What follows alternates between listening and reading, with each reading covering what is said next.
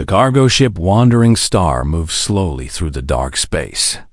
All around it, broken pieces of metal floated in the emptiness. There were parts of destroyed ships everywhere. Some pieces were as small as a fist. Others were as big as houses.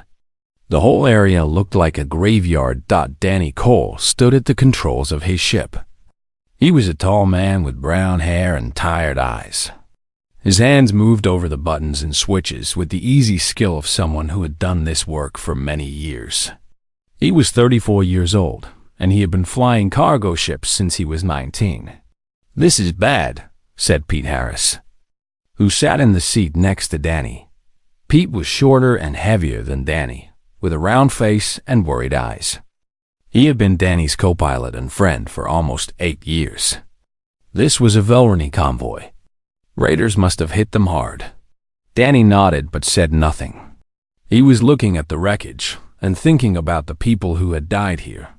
The Velrani were not friends of humans. The two species had met 50 years ago, and things had gone wrong from the start. There had been misunderstandings, then arguments, then small fights. Now, most Velrani would not even speak to humans. They thought humans were violent and dangerous, but none of that mattered to Danny right now. All he could think about were the people who had been on these ships. "I'm picking up something," Pete said suddenly. He leaned forward and looked at his screen more closely. "Life signs. Very weak, but they're there." Danny felt his heart beat faster. "Where?"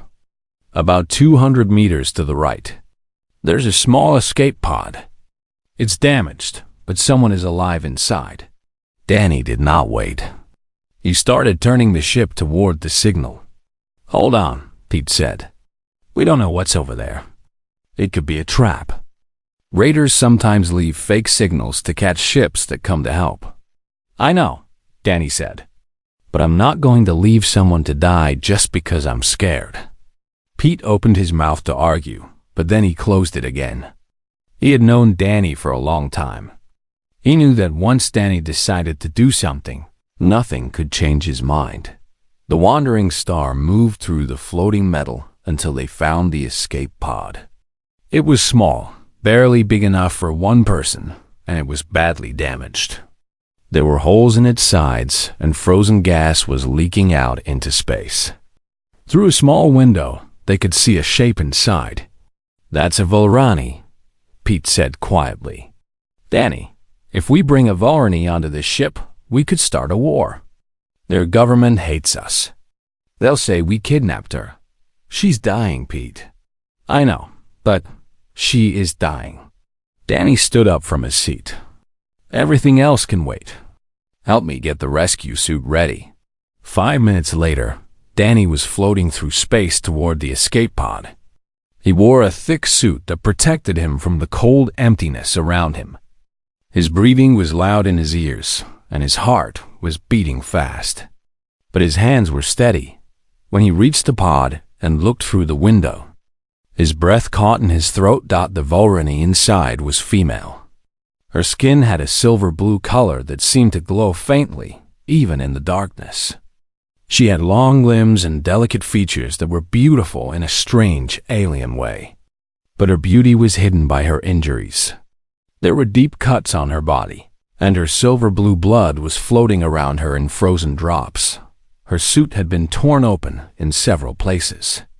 She had only minutes to live, maybe less. Danny did not think. He just acted. He pulled open the damaged door of the pod and reached inside. The Velrani woman was very light in the zero gravity, and he pulled her gently into his arms. Her eyes were closed, and she did not move. "I've got her," he said into his radio. "Get the medical bay ready. She's in bad shape." "Danny, I don't know how to treat a Velrani." Pete's voice came back, full of worry. "Then we'll figure it out. Just be ready." The trip back to the Wandering Star felt like it took forever. Danny held the Velrani woman close to his chest, trying to protect her damaged body from the floating debris. He could feel how cold she was, even through his suit. He did not know if she was still alive, When he finally got back inside the ship, Pete was waiting with a stretcher. Together, they carried the woman to the small medical bay. It was not much, just a room with a bed, some machines, and basic supplies. It was meant for treating humans with simple injuries. It was not made for this. They put her on the bed, and Danny got his first good look at her wounds. They were worse than he had thought. She had been cut by flying metal when her ship was destroyed. The cuts were deep, and they were still bleeding that strange silver-blue blood. "The computer says her blood isn't clotting," Pete said. He was reading from a screen, his face pale. "Velrani blood needs a special chemical to stop bleeding. We don't have it. No human ship has it." Danny stared at the woman on the table. Her breathing was getting weaker. The glow in her skin was fading. He could see her life slipping away, and there was nothing in his medical supplies that could help her. "There has to be something we can do," he said. "Danny, she's Velrani. Human medicine doesn't work on them. It's not designed for them. Every book, every guide, they all say the same thing.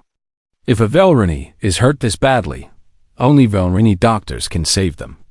And the nearest Velrani world is 3 days away." Danny looked at the blood still flowing from her wounds. 3 days. She wouldn't last 3 minutes. His mind was racing, searching for any idea that might help. He thought about everything he knew about blood, about wounds, about how bodies worked.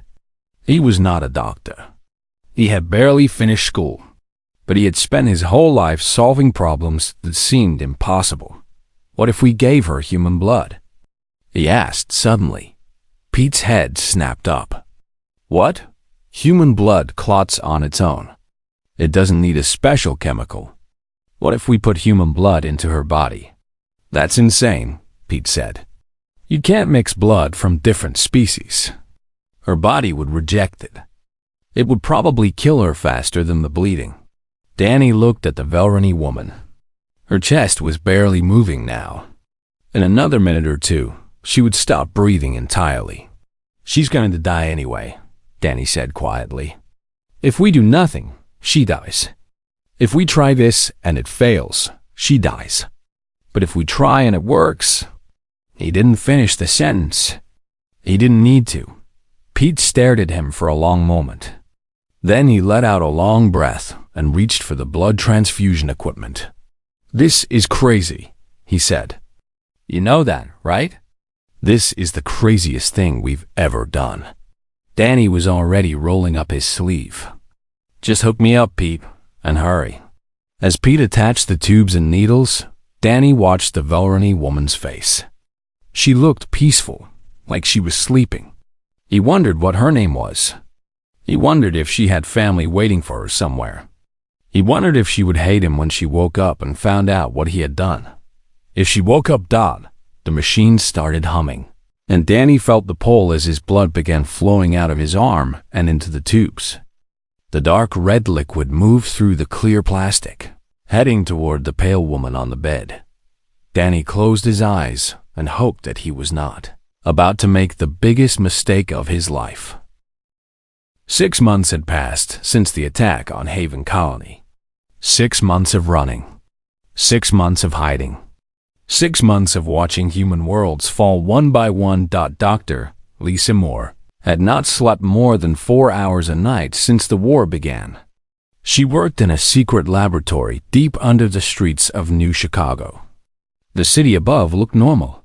People went to work. Children went to school. But underground, Lisa and her team were building weapons that might save the human race. Lisa was the best scientist on Earth when it came to alien technology. She had spent 20 years studying how Confederation machines worked. She knew their secrets better than anyone. Now she was using that knowledge to find weaknesses. The Valorian shields are strong, she told the group of military leaders who had come to see her work.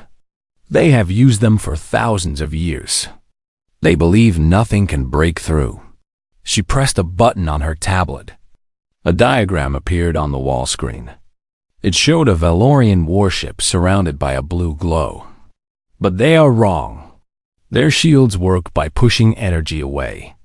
If you hit them with the right kind of pulse, at the right frequency, the shields actually pull the weapon in instead of pushing it away. General Nathan Price leaned forward in his chair. He was an old man with gray hair and hard eyes. He had been in the military for 40 years. He had always said that aliens could not be trusted. Nobody had listened to him before. They were listening now. How long until we can build these weapons? He asked. The first ones will be ready in 3 months. But to make enough for a real fight, we need 6 months. We do not have 6 months.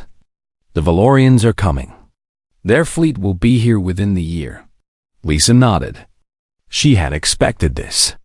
Then we need to slow them down. We need to make them think we are beaten. We hide our real strength. We let them believe they have won. And when they relax, we strike. It was a desperate plan. But desperate times called for desperate measures. Across the galaxy, humans were learning to fight in new ways.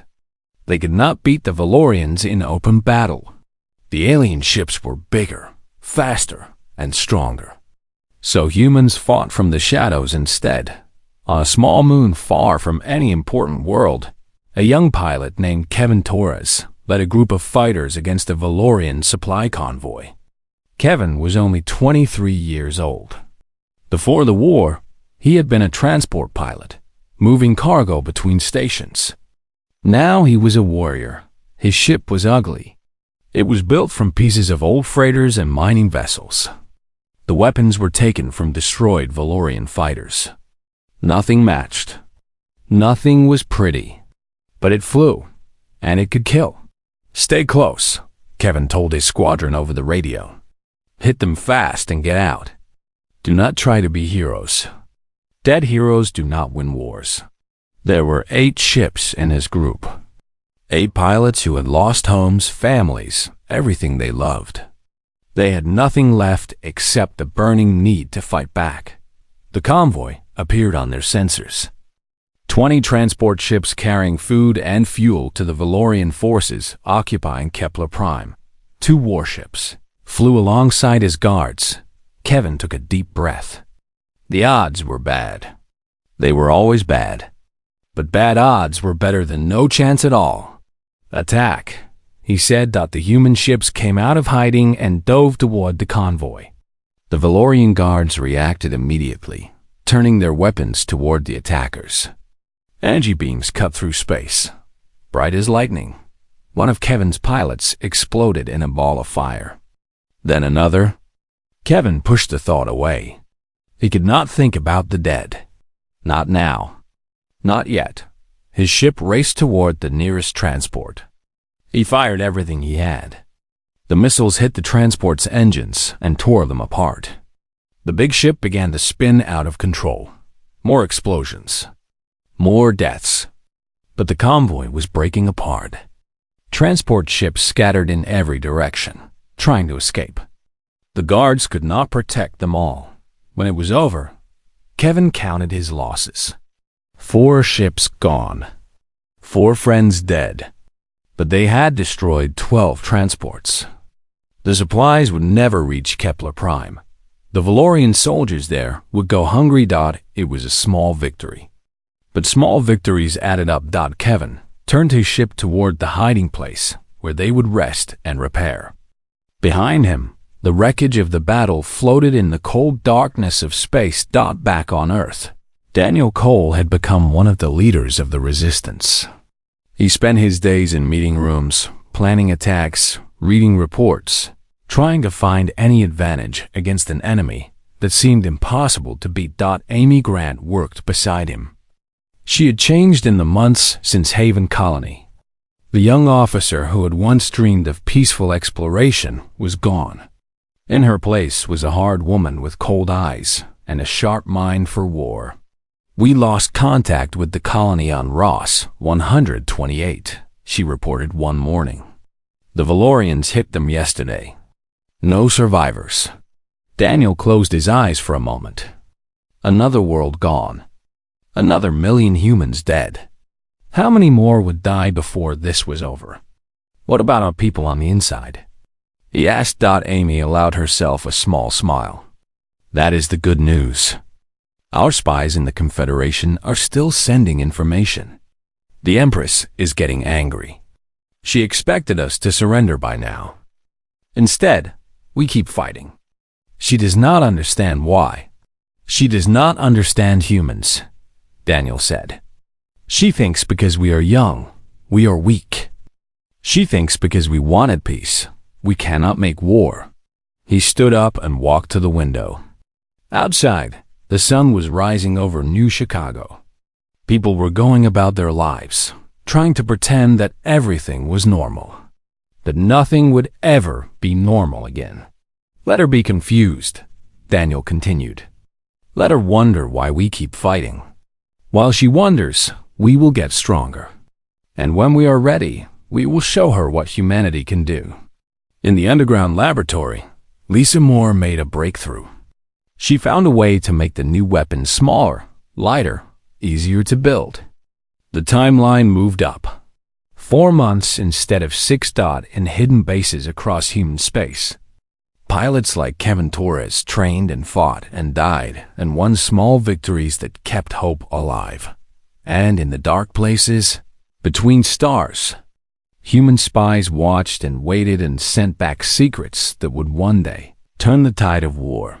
The Valorians controlled the galaxy. They had the ships, the weapons, the power. But they had made one mistake. They had tried to destroy a species that refused to die. Humanity was learning. Humanity was adapting. And humanity was getting ready to fight back. High Empress Zithara stood in her war room and looked at the maps of her empire.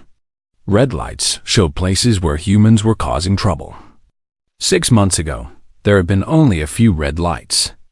Now they were everywhere. She felt something she had not felt in 1,000 years. Frustration. The Valorian Empire was old. It had existed for 10,000 years. Zithara herself had ruled for 300 of those years. In all that time, no enemy had ever refused to surrender this long. Other species fought for a while, then accepted their place under Valorian rule. It was the natural order of things. But humans were different. No matter how many of them died, the rest kept fighting. They hid in asteroids and attacked mining ships. They sneaked onto space stations and broke important machines. They sent messages that spread across the galaxy, telling other species to stand up against Valorian power. Your Majesty, said Lord Vex, her chief advisor. He approached her carefully. The Empress had been in a bad mood for weeks. 3 generals had already been executed for failing to crush the human resistance. Nobody wanted to be the 4th. What is it? Zithara asked. Her voice was like ice. I bring a report from the front lines. We lost another supply convoy yesterday. Human raiders destroyed 12 transport ships. Zithara turned to face him. Her yellow eyes burned with anger. How? Our warships were protecting that convoy. The humans attacked from multiple directions at once. They used small ships that our sensors had trouble tracking. By the time our guards responded, the damage was done. The Empress walked to the window. Her palace sat on top of the highest mountain on Valoria Prime. From here, she could see the entire capital city. Millions of Valorians lived down there, going about their lives, trusting their Empress to keep them safe, trusting that the war would be over soon. I do not understand these creatures, Zithara said quietly. They were nothing when we found them. They had barely left their own planet. We gave them everything. Technology, knowledge, access to the stars. And this is how they repay us. Lord Vex chose his next words carefully. Your Majesty, perhaps we should consider why they fight so hard. They believe we betrayed them. They believe we murdered innocent people without cause. We did what was necessary, the Empress snapped. Humans were growing too fast. In another 100 years, they would have been a threat to our power. I saw the future and acted to prevent it. Any wise ruler would have done the same. Of course, Your Majesty. But the humans do not see it that way. To them, we are monsters who killed their children for no reason. That belief gives them strength. It makes them fight beyond what should be possible. Zethar was silent for a long moment. She had ruled for 300 years by being smarter than her enemies. She had crushed rebellions, conquered worlds, and built the greatest empire the galaxy had ever seen. She had never failed, but these humans were testing her in ways she had not expected. What do you suggest? She asked finally. We could try to negotiate. Offer them some of their worlds back. Give them a reason to stop fighting. Never. The word came out like a whip. I will not show weakness. The moment we give them anything, other species will think they can defy us too. The Kryn, the Selenites. All of them are watching. If humans can resist us, why not them? She turned back to the map. The red lights seemed to mock her. No, she continued. We will not negotiate. We will not compromise. We will destroy them completely. Every planet, every moon, every station. We will burn their homeworld to ashes and scatter those ashes across the void. When we are done, nothing will remain of humanity except memories and warnings. Lord Vex bowed his head. As you command, Your Majesty. I will give the order. Call it Operation Cleansing Fire. I want every available warship gathered for the assault. We will strike Earth itself. Cut off the head, and the body will die. After Lord Vex left, Zethara sat alone on her throne. The purple lights of the room cast strange shadows on the walls. She thought about her long life, all the enemies she had defeated, all the victories she had won. Humans were just another problem to solve. They were young and weak and knew nothing about real power. Yes, they fought hard. Yes, they caused trouble. But in the end, they would fall like all the others. They had to fall. Because if they did not, everything Zethara had built would start to crumble. Other species would see that the mighty Valorian Empire could be challenged. They would start to dream of freedom. And dreams of freedom were dangerous things. 3 days later, the order went out to every Valorian fleet. Gather at the staging point. Prepare for the final attack. Operation Cleansing Fire would begin in 60 days. 200 capital ships would make the journey to Earth. 1,000 smaller vessels would support them. It would be the largest military operation in Valorian history. And when it was over, humanity would be nothing but a memory. But the Empress had made a mistake. She thought her secrets were safe. She did not know that human spies had placed listening devices in places she never suspected. She did not know that every word spoken in her war room was being recorded and sent to Earth. A young woman named Sandra Bell worked as a servant in the palace. She cleaned floors and emptied trash and was invisible to the powerful people around her. Nobody noticed when she slipped into empty rooms. Nobody saw her plant tiny machines in the walls. 3 days after the Empress gave her order, Sandra sent a coded message to a hidden transmitter outside the city. The message bounced from station to station across the galaxy, passing through a dozen different systems before reaching its final destination. Daniel Cole read the message in his underground headquarters on Earth. His face went pale. Then it went hard. How long do we have? Amy Grant asked. 60 days. Maybe less. That is not enough time. Lisa said she needs 4 more months. Daniel shook his head. Then she will have to work faster. We all will. He looked at the message again. 200 capital ships. It was more than anyone had expected. More than anyone had planned for. But there was no choice. They could not run. Earth was humanity's home. If Earth fell, everything fell. Send word to all our forces. Daniel said. "Every pilot, every ship, every weapon we have. Bring them all to Earth. We make our stand here. And if we lose?" Daniel did not answer for a long moment. Then he said, "Then we make sure they remember us. We make sure they know that humanity did not go quietly. We make them pay for every inch, every ship, every life. We show the galaxy that even the Valorian Empire can bleed." The countdown to the final battle had begun. The Valorian Armada came out of hyperspace in perfect formation. 200 capital ships, each one bigger than a city. 1,000 support vessels surrounded them like schools of fish around great whales. The fleet stretched across space for thousands of miles. Blocking out the stars, Admiral Korath stood on the bridge of his flagship, the Eternal Flame. He was one of the oldest and most respected officers in the Valorian Navy.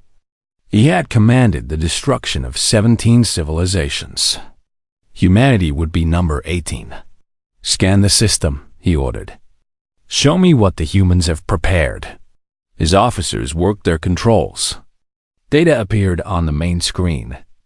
Earth hung in space, a blue and green ball surrounded by a thin shell of orbital stations. A small fleet of human ships waited near the moon. Korath laughed. "This is their defense? A few stations and a handful of ships?" He turned to his second-in-command. The Empress was worried about nothing. "This will be over in hours." "Sir, the sensors are picking up some strange readings from those stations." "Strange how?" "I am not sure. The energy signatures do not match anything in our database." Korath waved his hand dismissively. "It does not matter. Nothing the humans build can stand against us. All ships, advance in attack formation. Destroy everything in your path." The great fleet began to move toward Earth, slowly at first, then faster. The distance between them and the human defenses shrank with every passing minute. Daniel Cole stood in the command center of Earth's main defense station. Around him, officers worked at their screens, tracking the incoming enemy. The numbers were terrifying. 200 capital ships, each one capable of destroying a city with a single shot. Against them, humanity had 57 ships. Most were small and poorly armed. A few were larger vessels that had been rebuilt and upgraded in secret. And they had the stations, 12 orbital platforms fitted with Lisa Moore's new weapons. "All ships report ready," Amy Grant announced. "Weapons charged. Pilots in position." Daniel nodded. He thought about Haven Colony. He thought about all the human worlds that had fallen in the past months. He thought about the 3 million people who had died because the Valorians decided they were a threat. "Open a channel to all forces," he said. His face appeared on screens throughout the human fleet. Pilots in their cockpits looked up. Gunners at their stations stopped what they were doing. Everyone listened. "This is Commander Daniel Cole. Today we face the greatest battle in human history. The enemy is strong. The odds are against us. Many of us will not survive this day." He paused. He could feel the fear in his own heart, but he pushed it down. "But we are not fighting for ourselves. We are fighting for everyone who came before us, for everyone who will come after, for every human child who deserves a chance to grow up in a galaxy where our species is not hunted like animals." His voice grew stronger. "The Valorians think we are weak. They think we will break and run. They think because we are young, we cannot hurt them. Today we prove them wrong. Today we show them what humanity can do when we have no choice but to fight." He took a deep breath. "All stations, all ships. For Haven Colony. For Earth, for humanity." He cut the channel. "Fire," he said. The orbital stations opened up with everything they had. Beams of energy shot toward the Valorian fleet, energy tuned to the exact frequency that would turn their shields against them. The first shots hit the lead ships. What happened next made Admiral Korath's eyes go wide. the shields on his ships did not stop the attacks. Instead, they pulled them in, focusing the energy directly onto the hulls. Ships that had survived 100 battles began to break apart. Explosions ripped through the formation as reactors overloaded and weapons cooked off. "What is happening?" Korath shouted. "Our shields are failing." "Sir, the human weapons are somehow turning our shields into weapons against us." "That is impossible." But it was not impossible. Lysimor had found the weakness, and now humanity was using it. Behind the station barrage, the human fleet attacked. Kevin Torres led the first wave, his rebuilt fighter diving toward the nearest Valorian cruiser. His targeting computer locked on. He fired. The missiles punched through the weakened shields and hit the cruiser's bridge. The great ship began to spin out of control, crashing into another vessel beside it. "Keep pushing," Kevin shouted to his squadron. "Do not give them time to recover." The battle turned into chaos. Valorian ships tried to reorganize their formation, but the human attacks kept coming from every direction. The big capital ships were designed to fight other big ships in formal battle lines. They were not prepared for small, fast attackers that darted in, hit hard, and vanished before they could respond. Admiral Korath watched his fleet being torn apart. Ships that should have lasted for centuries were dying in seconds. The flagship itself had taken several hits. Warning lights flashed everywhere. "Sir, we must retreat," his second officer said. "If we stay, we will lose everything." Korath's pride screamed at him to fight on. To retreat from humans was unthinkable. It was shameful. The Empress would be furious, but the Empress was not here. She was not watching her finest ships explode like fireworks. She was not seeing Valorian warriors dying by the thousands. "All ships," Korath said, his voice heavy with defeat. "Fall back. Retreat to hyperspace." The Valorian fleet began to break apart as ships turned and ran. Many did not make it. Human pilots chased them down, picking off damaged vessels before they could escape. The space around Earth filled with wreckage and bodies.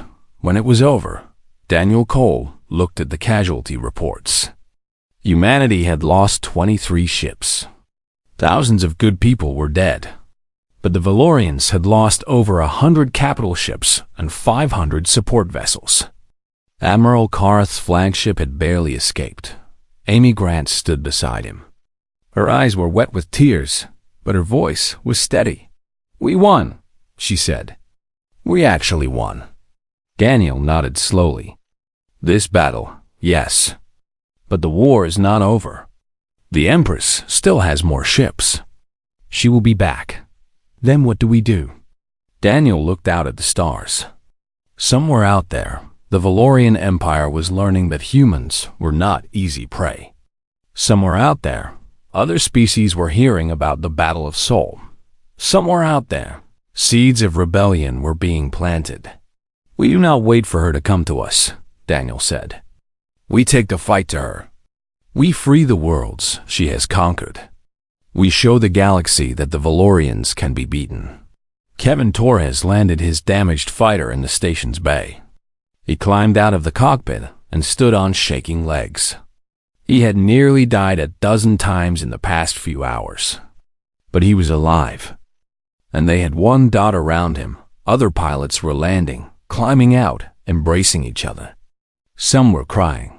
Some were laughing. All of them knew that something had changed today. On Earth, people looked up at the sky. They had watched the battle on their screens.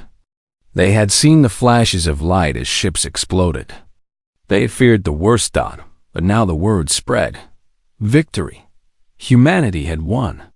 The impossible had happened. In cities across the planet, people poured into the streets. They cheered. They hugged strangers. They cried tears of relief and joy. For the first time since Haven Colony burned, they dared to believe that humanity might survive. The war was not over. But the tide had turned. The war lasted another 2 years after the Battle of Seoul, but everyone knew that the end began on that day when humanity stood against the greatest fleet the galaxy had ever seen and refused to die. News of the victory spread like fire across the stars.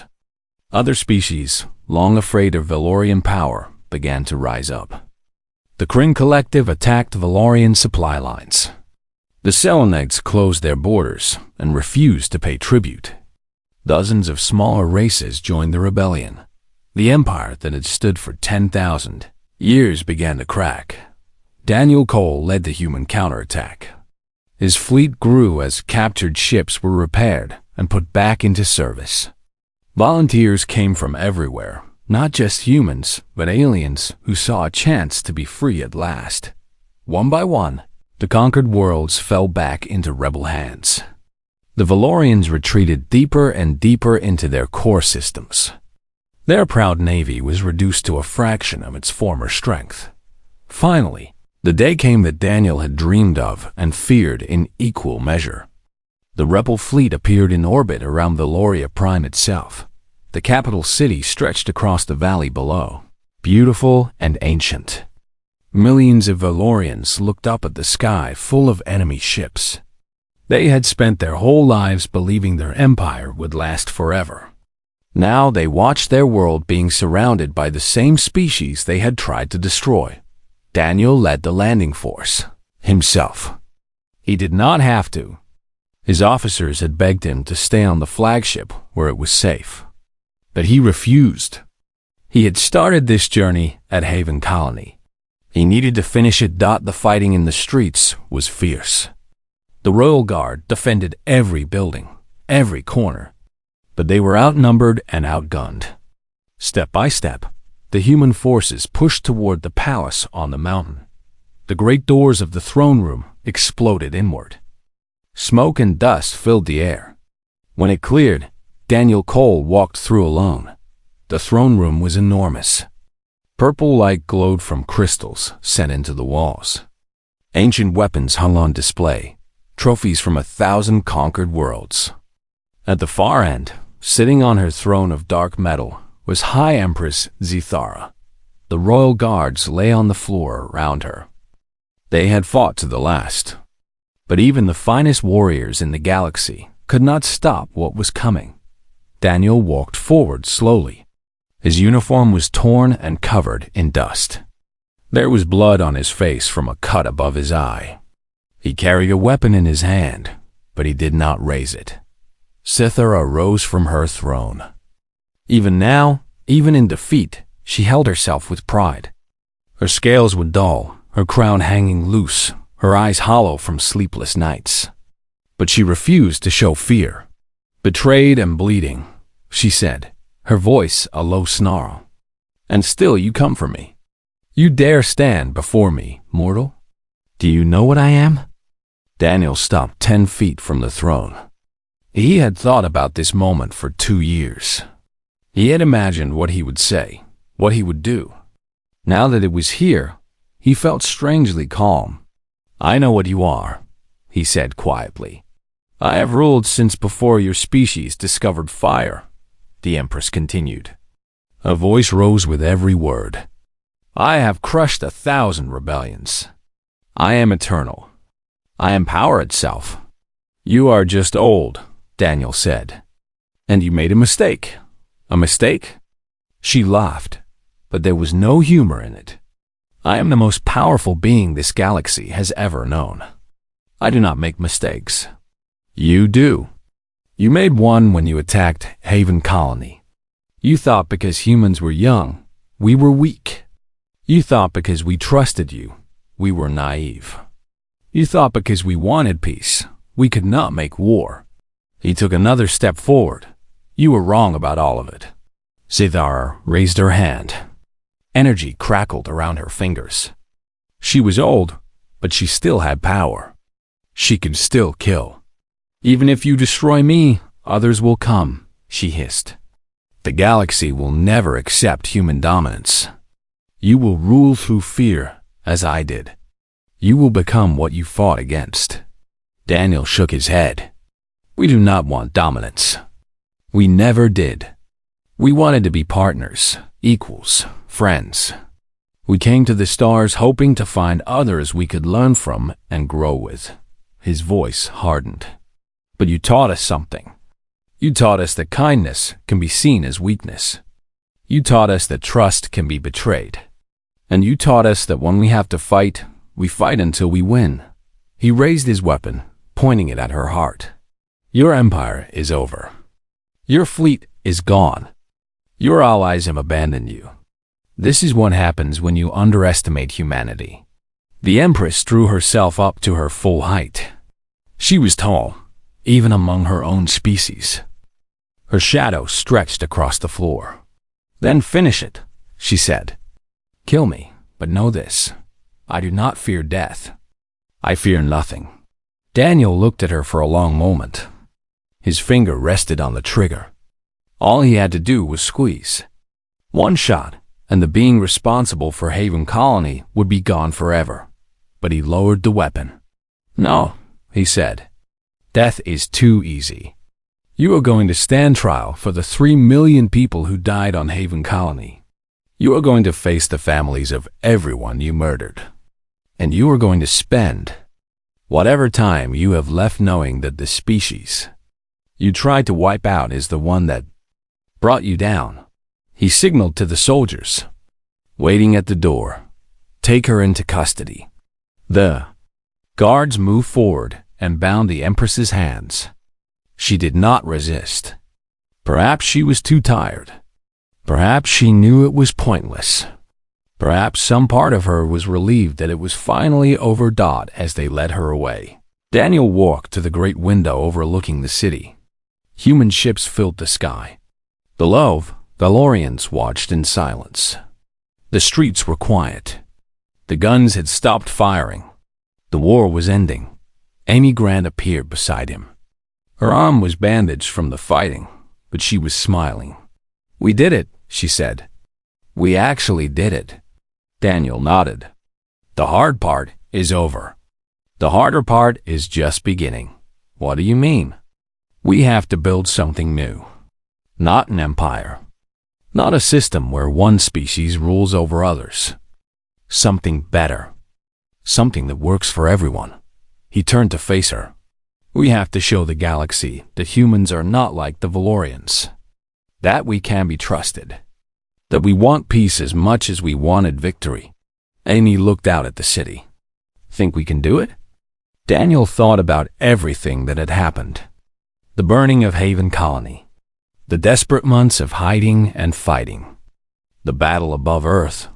The long campaign to liberate the galaxy. Humanity had done all of that. They had survived extinction. They had defeated an empire that had lasted for 10,000 years. They had walked into the throne room of an ancient and powerful queen and walked out again. "I think we can do anything," he said. Below them, the sun was setting over Valoria Prime. The purple sky turned gold and orange. It was beautiful, even now. Even here, somewhere out there on a rebuilt Earth and 100 other worlds, humans were looking up at the stars. For the first time in a long time, they were not afraid of what they might see. The war was over. The future was waiting. And humanity was ready to build it.